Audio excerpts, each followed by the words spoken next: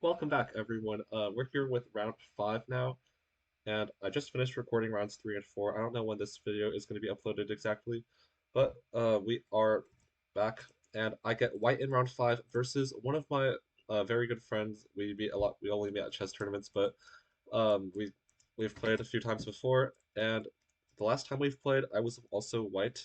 It was in the qualifying tournament for the Denker tournament in like that year. I think it was in Cherry Hill, California, or maybe that might be completely wrong. But it was 2021, and in that game, I lost to a back rank checkmate where I played like for there was a knight here, there was a I played rook here to attack the queen, and my opponent just took and he just took the rook.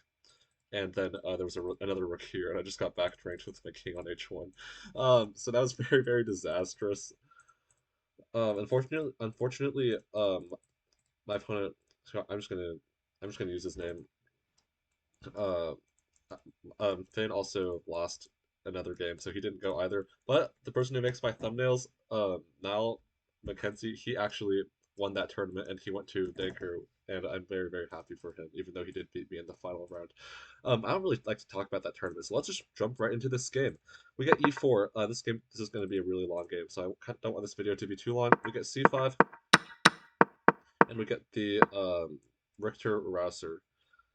So I played this. I had this position in last year's Danker tournament uh, uh against Gus Houston from New York. He's an international master, and I played this exact same line, but we didn't get a6. We got bishop e7, bishop d7 first, I think, or maybe we got a6. I don't remember. But we got bishop d7, f4 now. This is all just theory. b5, a3, stopping b4, and bishop e7. And I think it's worth noting that my opponent was, or my Finn, my opponent was basically not thinking at all. I think he had like still only minus 2 minutes, and it's a 5 second delay. So like with writing notation, he was basically moving instantly, and I wasn't too scared at this point because this is probably all theory. But once I took, I knew that this probably wasn't theory anymore because taking is probably bad, but I did it anyway to try to like take him out of theory because I don't want to play Stockfish. I want to be playing a real. I want to be playing my real opponent, who's lower rated than me. So I want to play him, not Stockfish, respectfully. Um, so we get Rook to C8. Also played quickly. Makes a lot of sense. King to B1, castles, Rook to G1. And at this point, I know this is not theory. I'm pretty sure because this doesn't look like a theory move. My only idea is to play G4. If this is theory, this is bad theory. But my opponent plays Queen D7, and this doesn't look like a very good move. But he played it quickly, so now I'm just thinking, okay, Queen D7 what could possibly be the idea of Queen D7, and I couldn't figure it out, so I just played G4. Rook to D8, Rook after D8 also played quickly. Okay, what is actually going on? Am, like, what's going on? So I play F5, just continuing my attack. I'm just playing normal moves to try to see what's going on. Queen B7 quickly.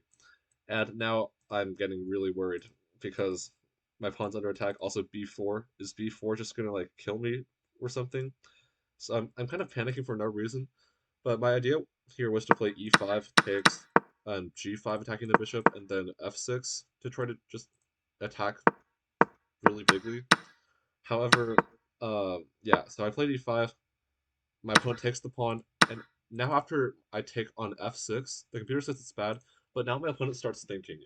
He starts thinking. 2 minutes pass by, 5 minutes pass by, and I think about 12 minutes passes by on bishop takes f6. So now I'm like, okay, I think I'm okay, because my opponent is definitely thinking and not trying to remember. But the bad news is this is actually a mistake, and I'm worse if my opponent finds the best move, which is takes g5, bishop e7, and now bishop c5 attacking the rook.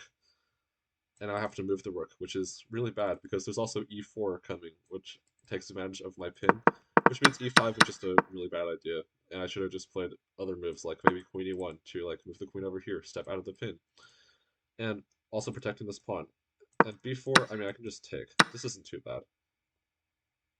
And I think knight d5 is also a move in some variations. So I played e5 instead, which is a mistake But after bishop takes f6, my opponent plays e4, and my opponent spent a lot of time on e4, and this didn't look right immediately, and I was trying to figure out why it wasn't right because it didn't look right. And I can take it with the knight. I can also take this bishop. I decided to take the bishop first, and now my bishop. I can't save my bishop. So if I can't save my bishop, I might as well get as good of a position as I possibly can. So I decided to take this pawn first, and I thought if the queen takes, I can play rook to e1, pinning this pawn, and I basically have enough time to untangle because the queen is pinned. So if queen to g6, now I actually just take because I can take with the rook. So my opponent has to take with the pawn, or so I thought, because after takes I have an intermezzo with check. But it turns out that this is good for black because although I have a passed pawn, um, black has heavy pieces and my king is actually weak on these light squares. So my opponent could play like a5 and b4, and it's not looking good for my king. What I assumed is if this happened, I just trade queens and like trade stuff, and I have an extra pawn, but it's not so easy to trade. D4 like I can play like rook to d4, and I have a lot of weaknesses. So this would have been dangerous if my opponent took on d3 first, but he takes with the f pawn instead. And now I can take the pawn and transition into this endgame. And this endgame is not what I wanted initially, but I know my opponent has pretty good openings, and I don't know how good his endgame is exactly, but I figured that I should just give this a try and see how he defends this endgame with like basically 3 or 4 weaknesses, while I have 0 weaknesses. Maybe I have half a weakness. So I just went to this endgame. I know I'm better, probably not winning, but I just want to see how my opponent defends. So basically, I'm saying, all right, well, you survived the opening, you survived the middle game. Now have fun in this endgame. So rook to d8. My opponent starts thinking a lot now. He was moving quickly, and he had a time advantage of about 40 minutes or something. But now he started thinking in the endgame, and I decided to just think for a bit and then just move to keep putting pressure on his clock and just make him nervous. So right at this point in the tournament, he also had 4 out of 4, and this is the best he's had in like a lot of years.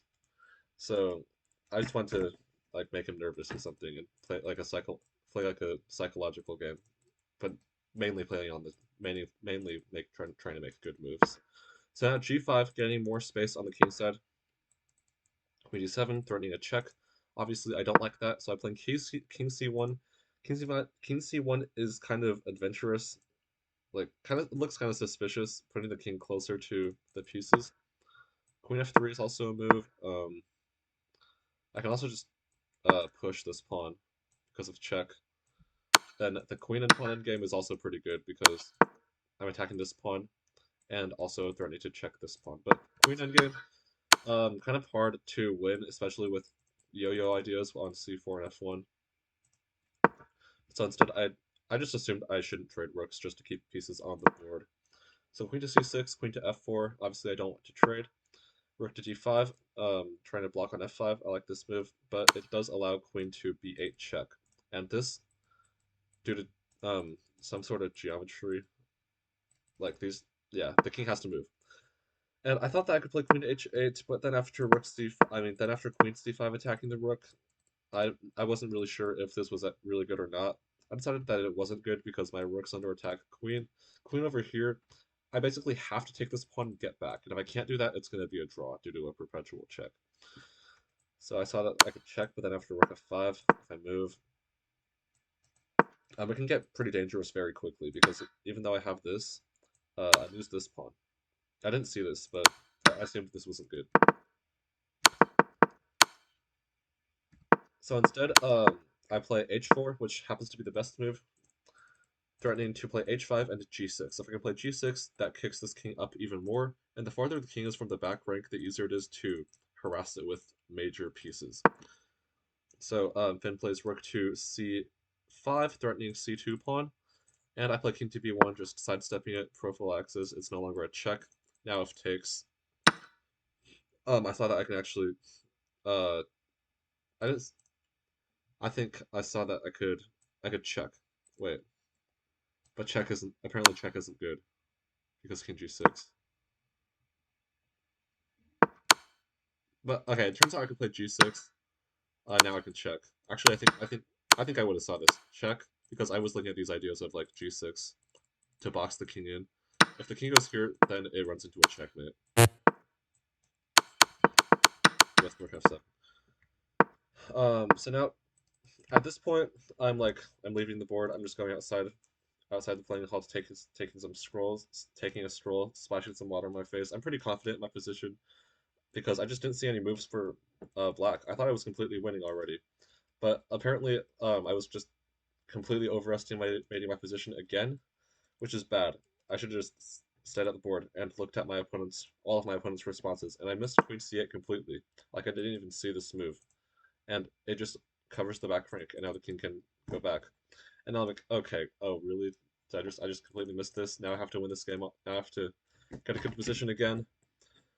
Queen to f4, so I check. Now my opponent plays yeah, rook f5, queen e4, and I mean it's white's obviously still better. King is over here, and there's still all these weaknesses still. But I thought I was already winning, and now I realize that I'm not. So it's kind of hard to transition to that psychologically. So queen to c4, and now I have to think again because do I want to trade the queens or not? Because obviously this rook endgame is better. Is it better enough? I don't really know. Probably not. And winning a rook endgame is just not easy. And this is probably a draw. So I keep queens on the board. Queen to b7, king g6. I can't take this pawn because of the yo-yo on c4 and f1. But yeah, so king g6, I don't know how good this is compared to king g8. King g6, it looks like it's hiding in front of white's pawns. King to g8 is probably also okay, but this definitely can get a little suspicious. And I play queen to h1 to stop rook f1 check and threaten h5. Um, Black can play king to g5, king to h5. So this is a move. This pawn is threatened. This is very very funny. I could honestly see Finn playing this move, maybe, maybe. But instead we get queen to d5, and what I should have done instead of queen h1, which would allow king g5, is queen to g2, and this also stops rook to f1, and it threatens h5 too because there's g6, and now I have a check on the side of the board, an ice skater, and I'm also threatening to make a queen by taking. So I also have this, and now king h5 doesn't work because of g6. I think. I don't know why I'm supposed to play b3. I don't know, but g6 is good. Okay, so now queen to d5 allows h5 check. I was expecting queen to e2, stopping it. Apparently, I can still play h5 because of queen to e6 and queen to e8, which is kind of weird. But I saw some of these ideas with like queen to e8.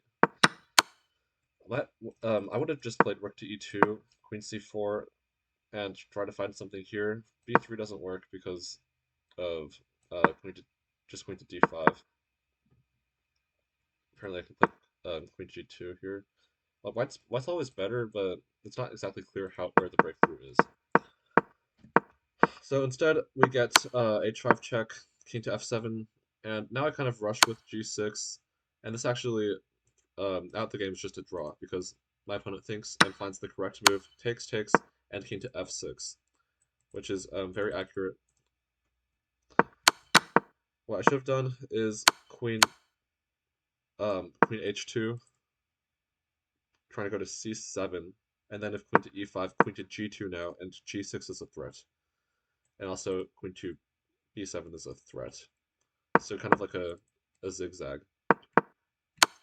But instead of playing g6 because I assumed it was good, I just thought the king f6 lost because of a bunch of checks. Like a bunch of checks like this, and then rook d1. I thought this would be good. But what I completely overlooked, like completely, is after rook g5, this pawn is hanging from the king. The king is attack. The king can take this pawn out. I thought the rook had like X-ray power or something, but it doesn't. So at this point, I was moving to play queen f4 check, and I touched my queen, moved to f4. Oh shoot, g6 is hanging. Uh-oh. Uh-oh, uh-oh, uh-oh. Where can I move my queen that doesn't lose the pawn? Nowhere. Very, very bad. I'm gonna lose this pawn. Am I still okay? What's going on now? Did I just throw this game away? Am I gonna lose now because of these two pawns? So now I'm really unhappy because after king f6, I was like, okay, this is probably not winning anymore. It's probably a draw. And now I'm like, okay, am I actually gonna lose this game because of these two pawns? So now I have to like make the draw with rook to e1. And now I'm just really sad because I probably could have won this game at some point, and now I'm gonna have 4.5 instead of 5. If I had 5, then just a draw would have been enough. But now with 4.5, I probably have to win the last game with the black pieces. My opponent's also gonna have 4.5, and there's nothing I can do to control what he does. So we might end up tying for first, which isn't horrible. I don't mind tying for first, but I do lose a little bit of rating for a draw, which is also not cool. And I also just don't like if I had a win and I don't win, that's not good. So now I get e5, queen to f8. I'm just trying to make some checks, just draw this game and just I don't know, go to the next game. This game has already gone on for like 5 hours at this point.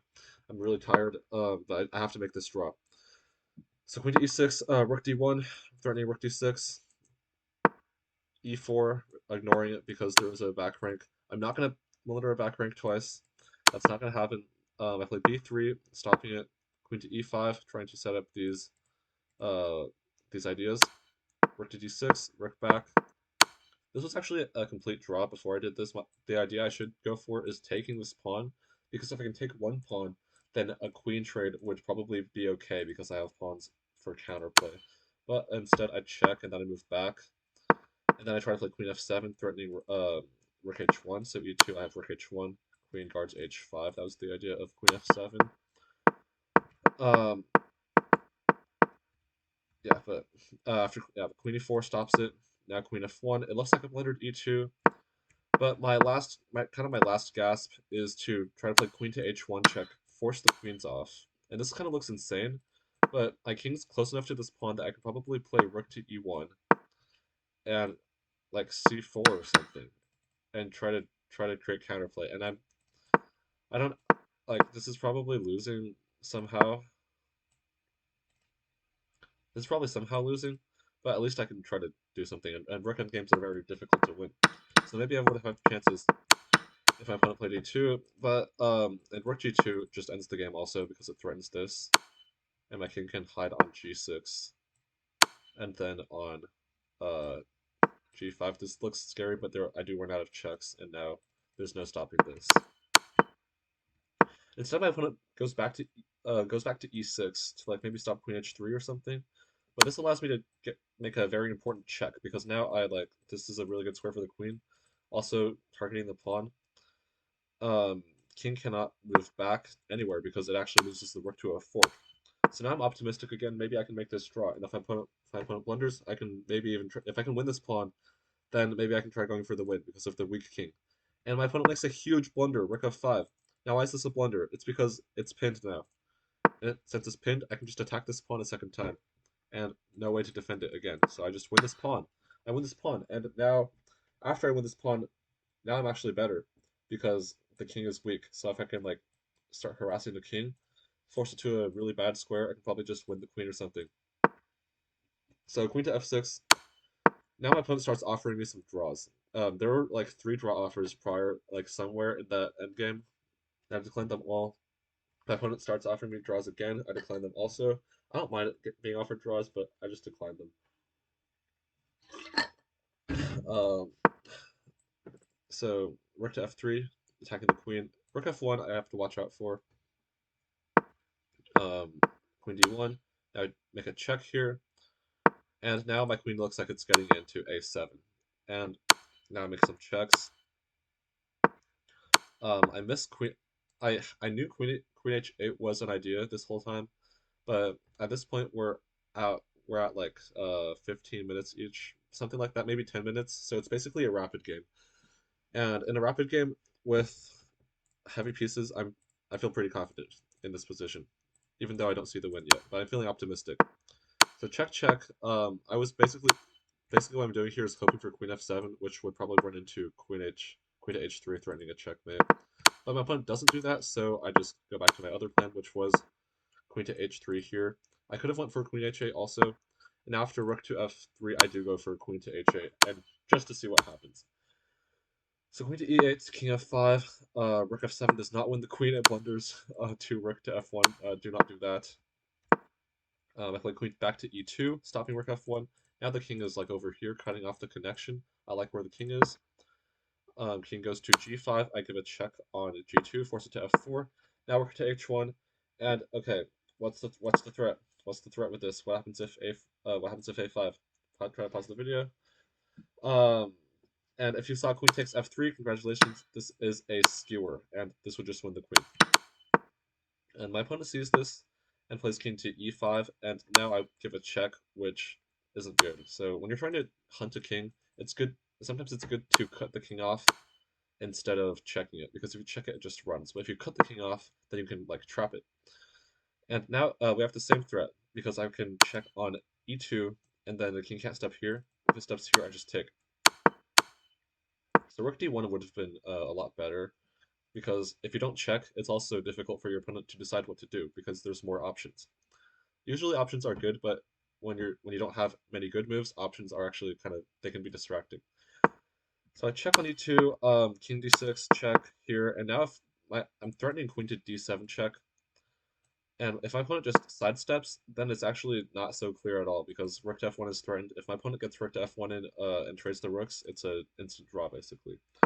But unfortunately, my opponent finally cracks under time pressure and just pressure, and plays g5 and just completely misses queen to b7, and the game ends like this. So this is really sad for my opponent. It could have been very sad for me too. Unfortunately, if you win a game, your opponent has to lose, which is kind of a sad thing about chess.